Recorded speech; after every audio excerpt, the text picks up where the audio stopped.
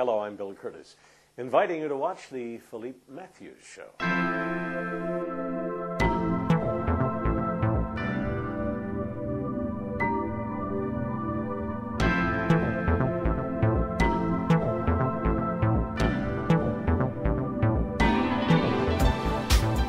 Welcome to the Philippe Matthews Show at thepmshow.tv. Named the Oprah of the Internet by Mark Victor Hansen, Philippe Matthews doesn't ask questions that are different. He simply asks questions that make a difference. The Philippe Matthews Show features entertainers, bestsellers, authors, thought leaders, change agents, and world-class experts in the field of personal, spiritual, and professional development. An internet marketing entrepreneur, Philippe is the creator of the How movement, dedicated to teaching people how to move from the mindset of hope to the process of how. If you are ready to take your life to the next level, move from the mindset of why to the mindset of why not. Tune in right now to this latest edition of the Philippe Matthews Show and watch your life grow. And we're back, ladies and gentlemen, with another exciting edition of the Philippe Matthews Show. And as you all know, I have a propensity to enjoy surrounding myself with brilliant minds. And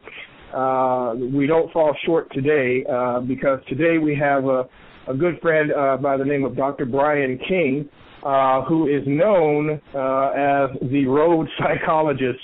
I had the privilege of meeting Dr. King a few months ago when he was conducting a workshop on habits. It was an 8-hour almost an 8-hour. It was a full day, let's say that, of nothing but how to break habits, how the brain forms habits, and it was fascinating.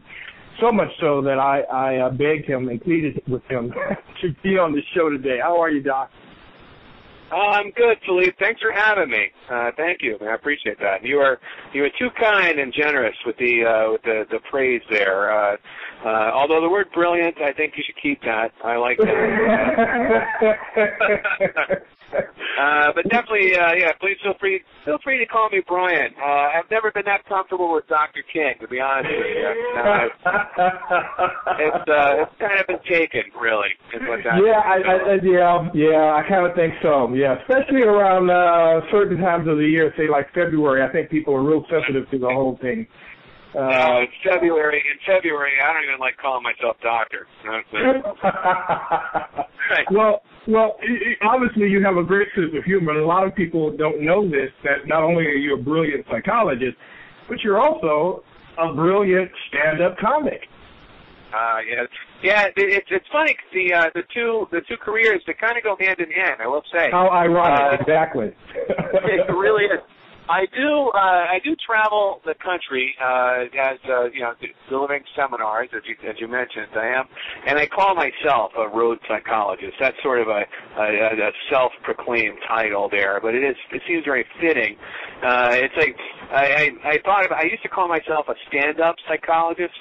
But then, sometimes I like to sit down, so a road psychologist feels a little bit better. Well, let's go back in time a little bit and talk about where did this comedic genius come from, and what was that story, and then of course, where did the propensity for psychology come from, and why did you decide to go into psychology and stand up? Where did this begin?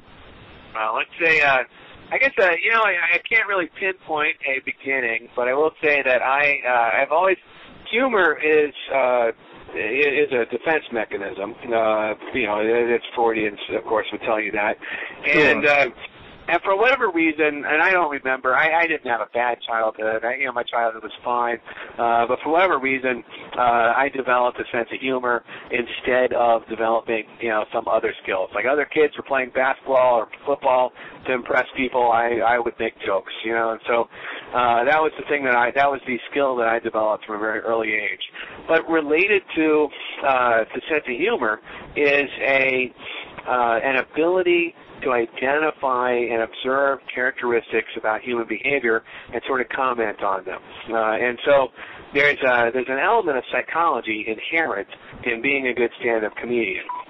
We have to be able to recognize, the various behavioral quirks that people engage in order to make fun of them. And so there is there's a degree of overlap, I guess, in the skill set there. Now, I developed my sense of humor from a very early age, and I worked on that, or I became like a class clown and some, throughout my education. But I didn't actually start to pursue comedy as a means of livelihood, and I have a hard time saying that without laughing because it doesn't really provide that much money. But I didn't start pursuing that until much later in life, and I actually started to think that I really wanted to do stand-up comedy. Always having the sense of humor, for whatever reason, I've always had the interest to become a stand-up comic, but I became a psychologist first. Let's put it that way, and.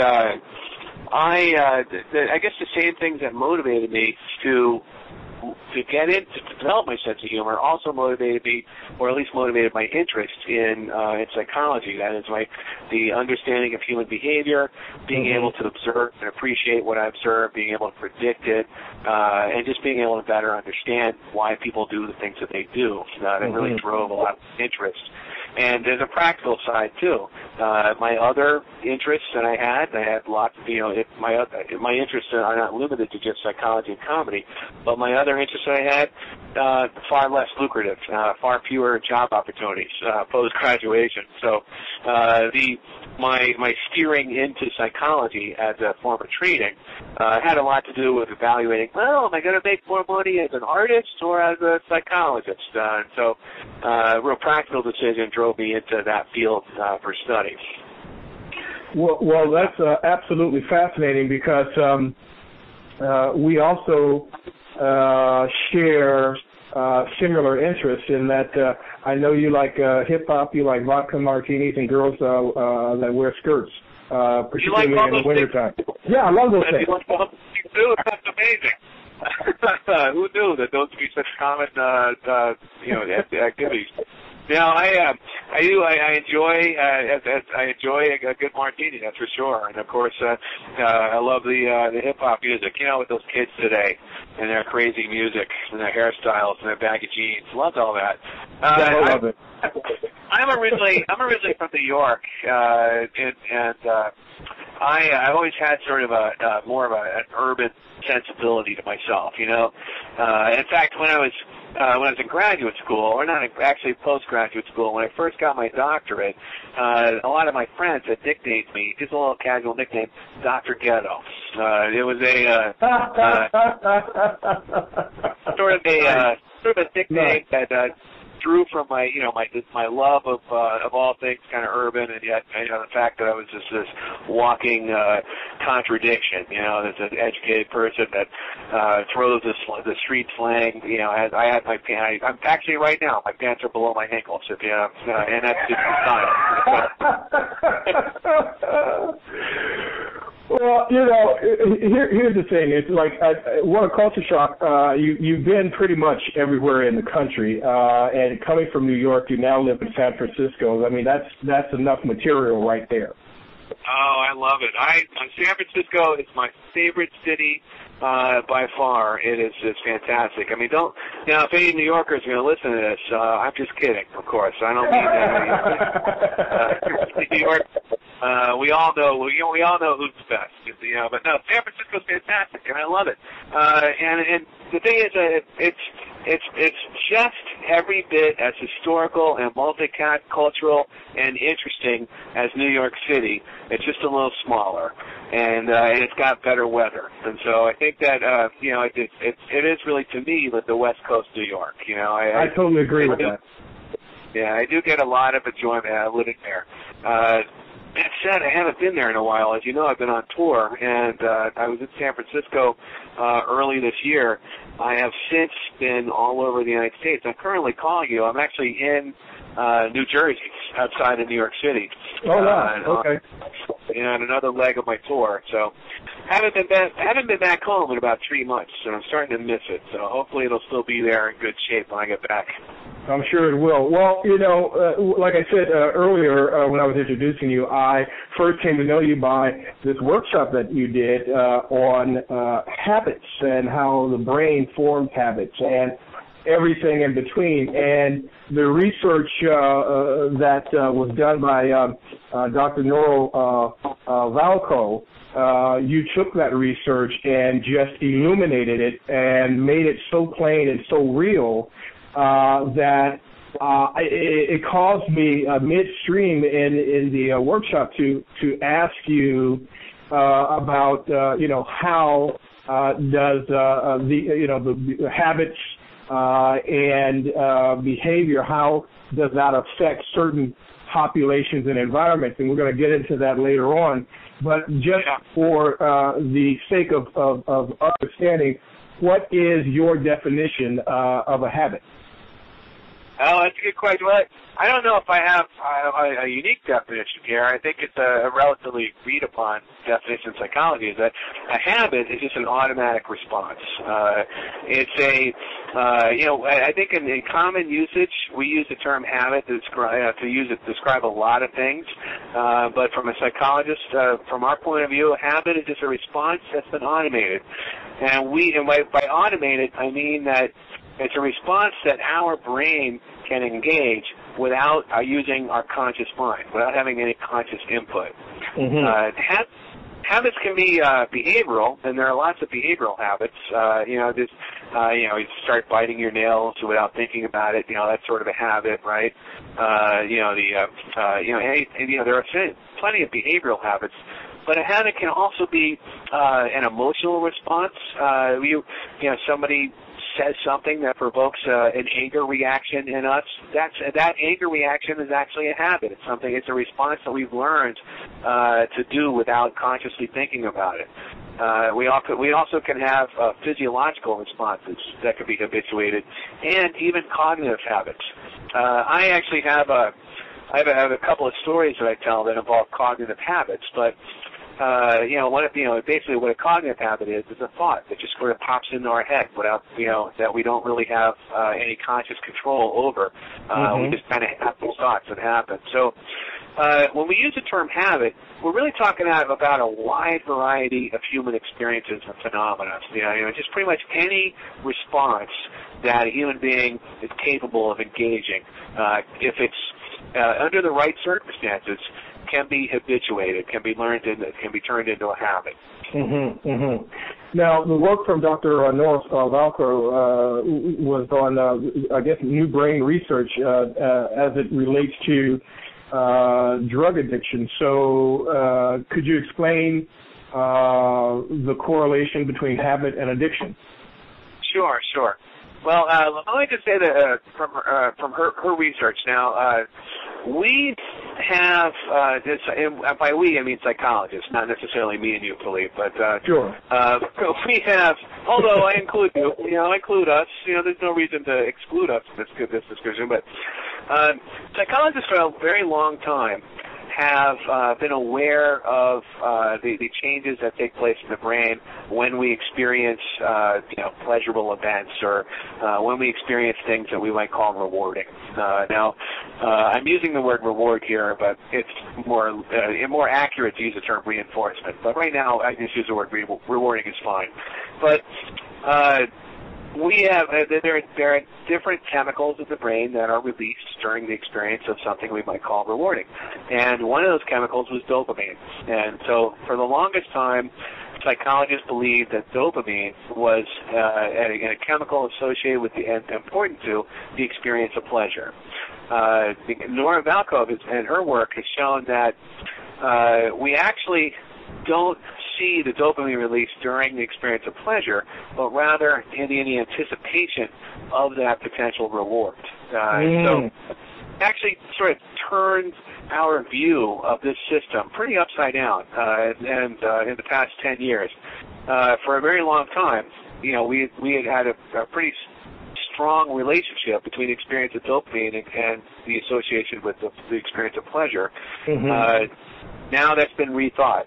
And so, the reason why it's been rethought, the reason why it's important, is because For the longest time, we had been, and by we I mean just psychologists now. Sorry, Philippe, but That's okay. we have been we have been bringing subjects into laboratories and exposing them to reward opportunities that they weren't expecting. Right, so we bring somebody into a laboratory, monitor their brain activity, and give them a piece of cake or some music to listen to or some other unexpected reward.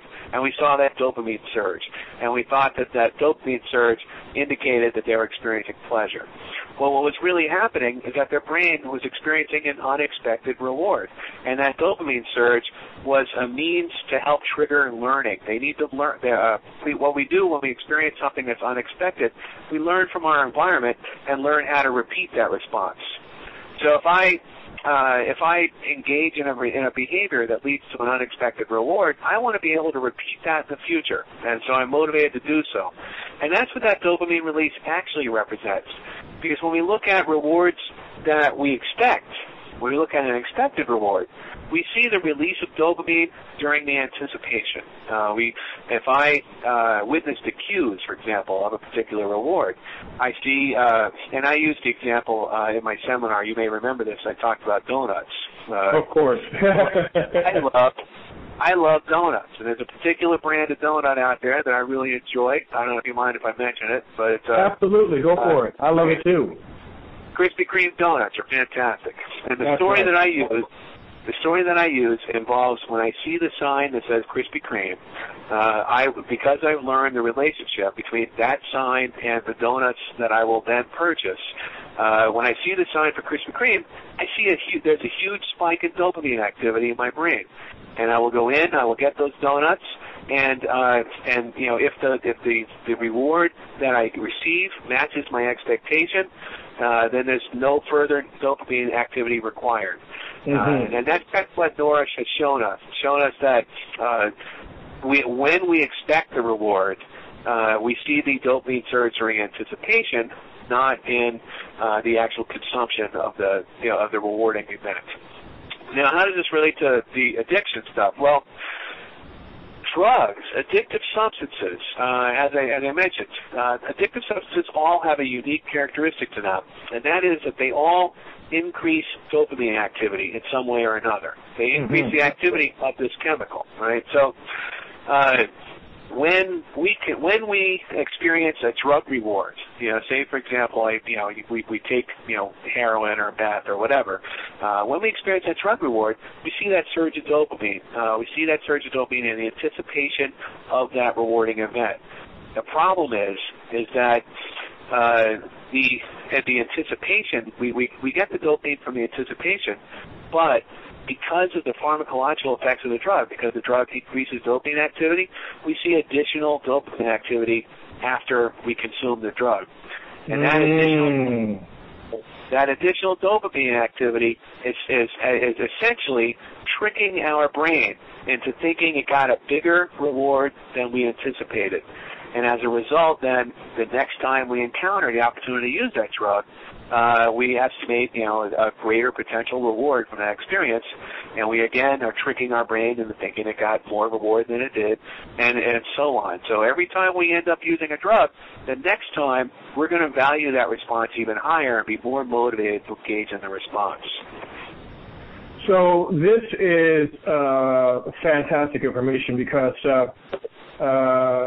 most people have a thought that people who are addicted to substance abuse are bad people or people that have no self-control, when in actuality, I mean, we're looking at, talking about just the late and great Whitney Houston. This was a function of her brain that she did not know how to turn off and how to control. Exactly. Now, I don't want to say it's completely outside the realm of self-control because we do have, control, especially in the early stages. We choose to engage that response. But after a while, after we allow this system to take place, eventually the behavior becomes something that really doesn't look very voluntary. Because of this process of the drug increasing dopamine activity and tricking our brain, constantly tricking our brain, to increase the reward, the potential benefit that we expect from that response, to ultimately end up engaging in behavior that's not very voluntary at all. So it might start out as a choice. It might start out as behavior that we have some control over, but when it develops into something we call an addiction, it really is a behavior that we have very little control over. We have a very difficult time kicking out of that particular cycle of behavior. You know, it's interesting that you say that, because I remember hearing interviews, one with Natalie Cole and one with El Labarge, who just recently had a relapse, and both of them in their interviews said that the first time, and this of course is different for different people, but the first time that they made the choice to try cocaine, they knew right then and there that they were going to have a problem, but they couldn't stop it because the release was just, and then there are others who I know who have tried it and they got sick and it was a horrible experience and they never did it again. So this really is a neurobiological throw of the dice in a sense. Would you agree with that? I would. There are things that could predict our propensity, but I would say that it's kind of just, we don't, from an individual point of view, we're not going to know how susceptible we are until we try it. There are individual differences in our ability to perceive rewards. I myself, I'm glad this is radio, Philippe, because if people were looking at me, they would see I'm a pretty big guy, and it's not as big as me, radio.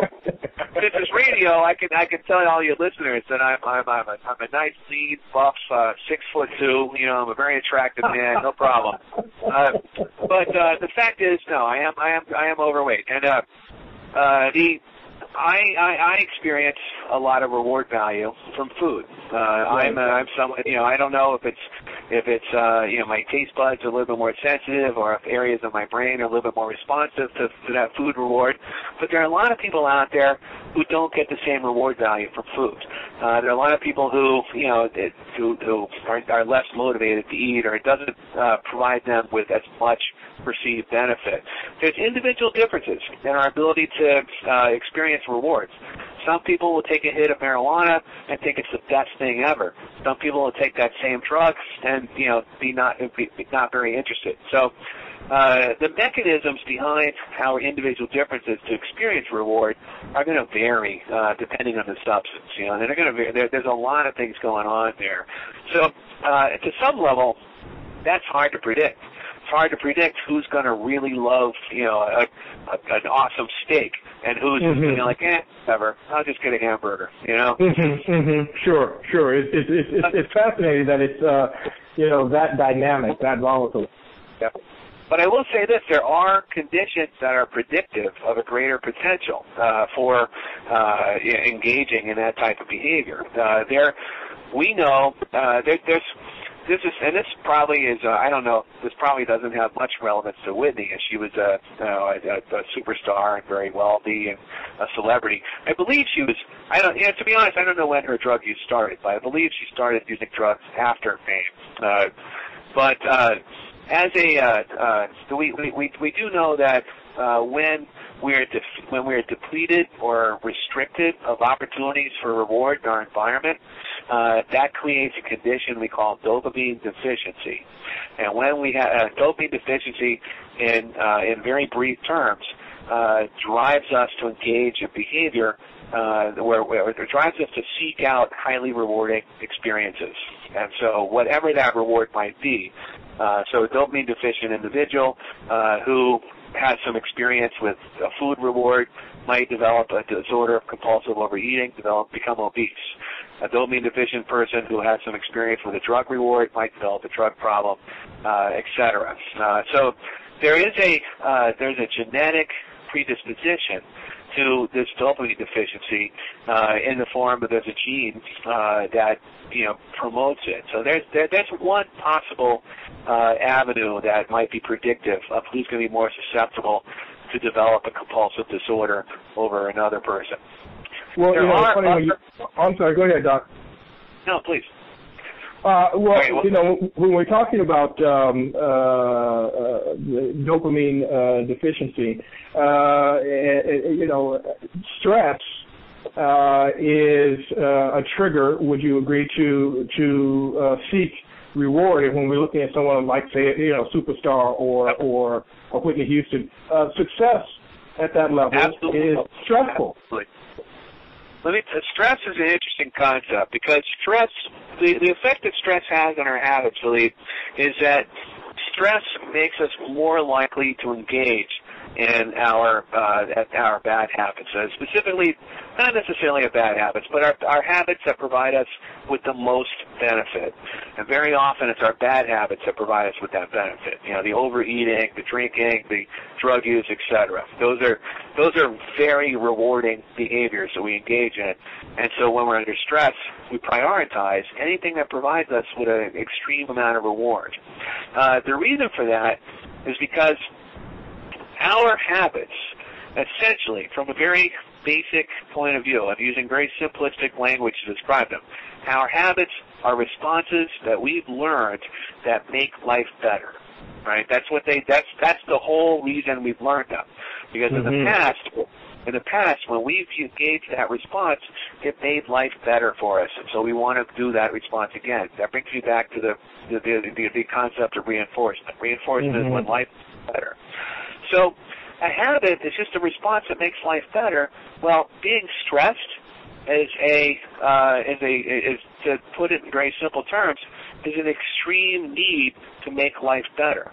We have you know, when we're under stress, our body thinks that we're under attack. Our body thinks that we're in some form of danger, and that presents a very extreme need for us to sort of make life better, to use the same terminology, and promotes any behavior that we previously have experience with that provided us with that sufficient amount of benefit.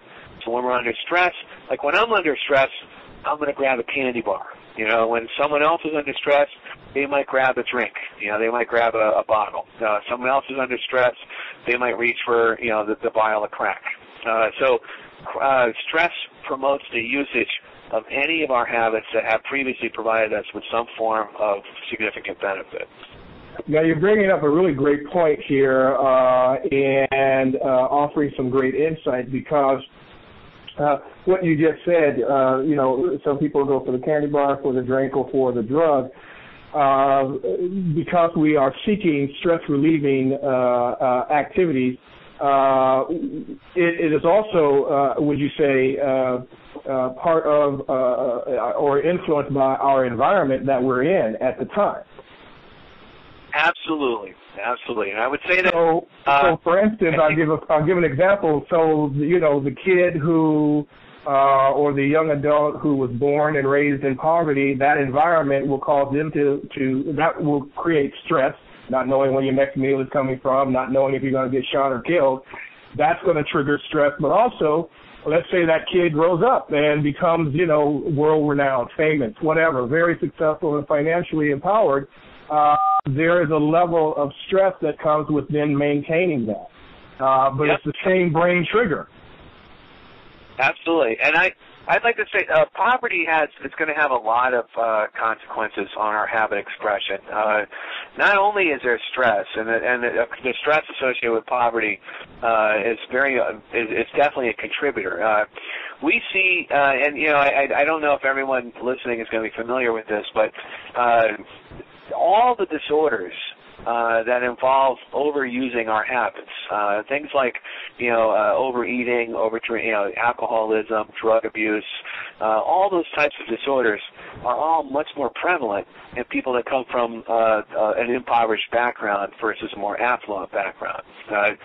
Definitely, rich people, you know, develop those disorders too, but they develop them at a much smaller percentage. You know, as a percentage of the affluent population, fewer of them develop these types of disorders. These disorders are much more prevalent in people from impoverished backgrounds. Part of that is the stress. Poverty, as you mentioned, it creates a condition of stress, and of course, as I talked about, stress promotes the use of our bad habits. So you could develop a habit of eating excessive chocolate cake or smoking excessive amounts of marijuana or whatever, but at any socioeconomic status. But if you are from the lower form levels of socioeconomic status, you'll be more likely to engage that behavior more often, and as a result of that more frequent engagement of the behavior, more likely for that behavior to turn into a disorder. There is one other contributor here, and I started to go into this when I was talking about Whitney Houston, but then I switched gears midstream.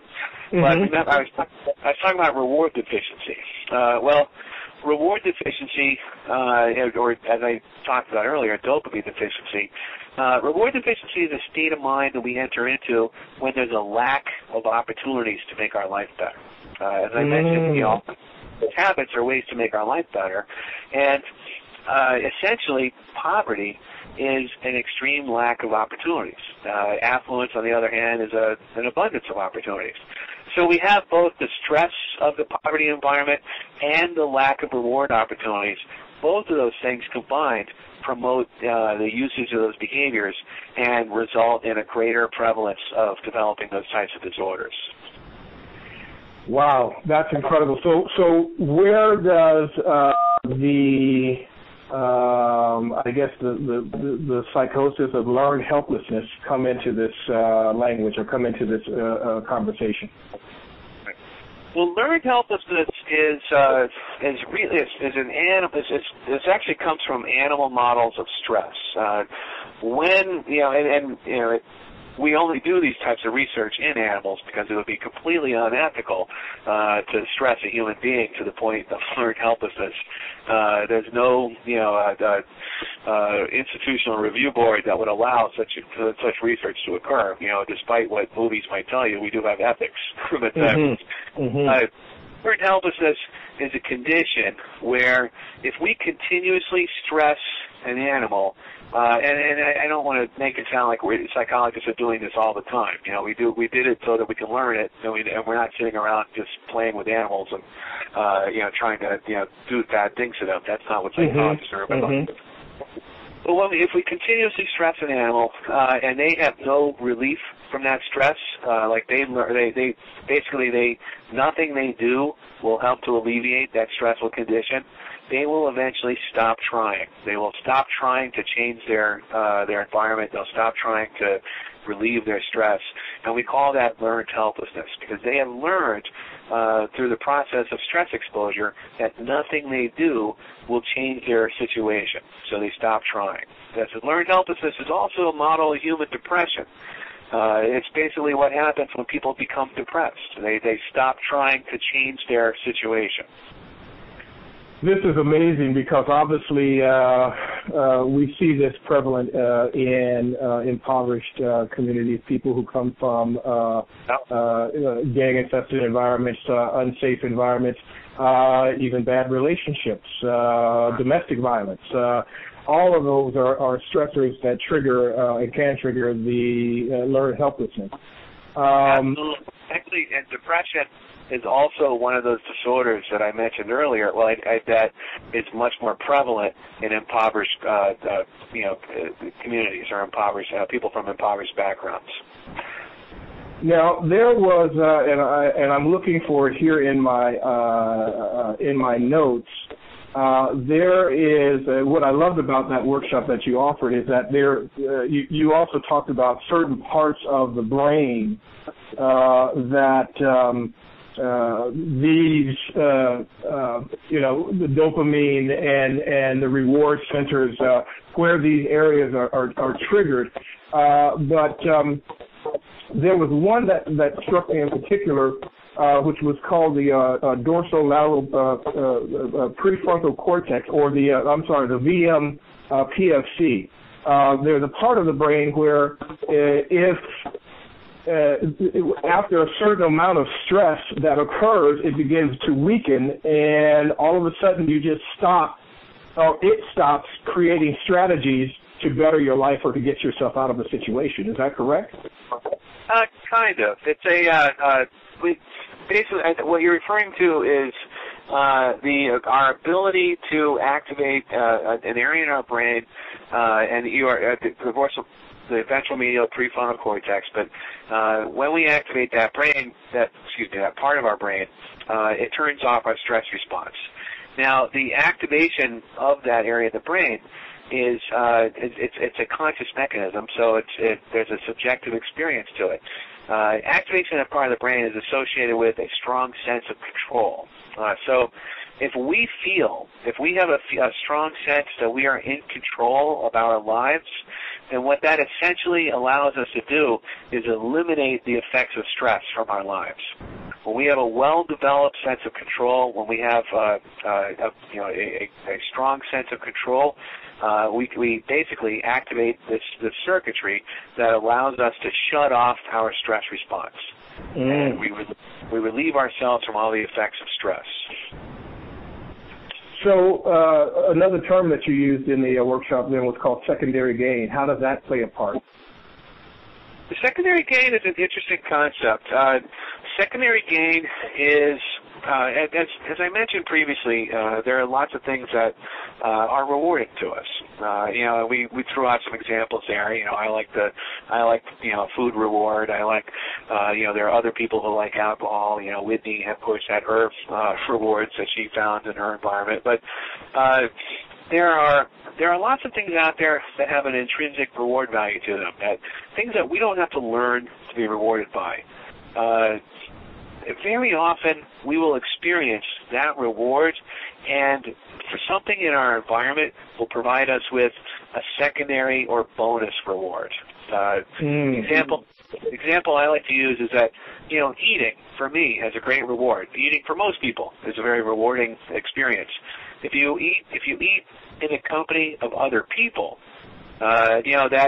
that feeling of acceptance, that conformity, that the enjoyment, the social interactions that we experience, that's a form of secondary gain, and that makes the eating behavior much more likely to be repeated. Because what we've now done is I've taken behavior that has a normal reward value to it, and I've made it a lot more rewarding by receiving this additional gain, this additional secondary gain.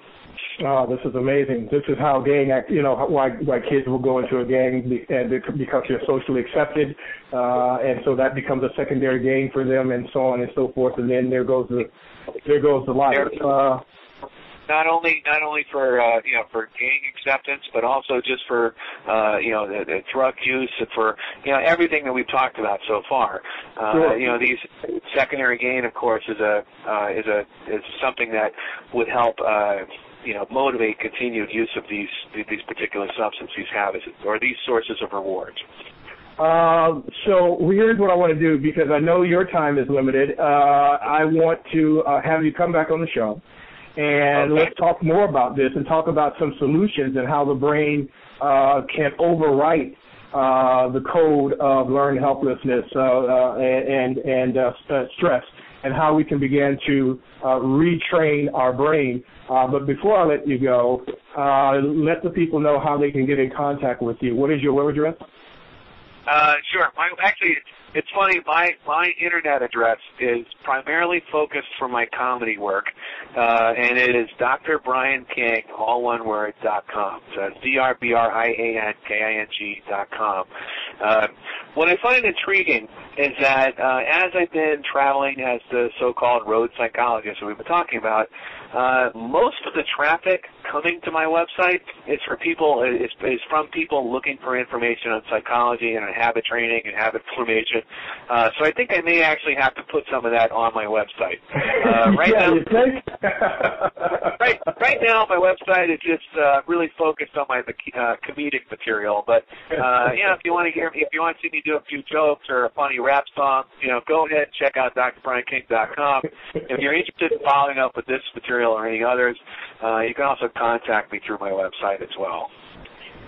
Fantastic. Well, we're definitely going to have you come back. I appreciate you so much for taking time out of your road psychologist schedule, because you're literally sitting by the side of the road talking to me right now. I'm literally sitting in my car somewhere in New Jersey, pulled over to the side of the road. with your pants hanging down by your legs too. Don't forget that. That's right. They keep falling. They keep falling. As soon as we hang up, I'm going to be bumping the Wu-Tang all the way back. All right, my brother from another mother. Real. That's right. I totally appreciate you. I so thank you for your graciousness. Let's have you come back and let's continue this conversation because it's absolutely fascinating, our human brain and breaking it down and understanding how it works. So with that, thank you so much, and we'll talk soon. Awesome. Thank you very much, Philippe. I really appreciate it. It's been a lot of fun. You got it, my friend. I'll talk to you later. All right. Bye-bye. All righty. Bye-bye.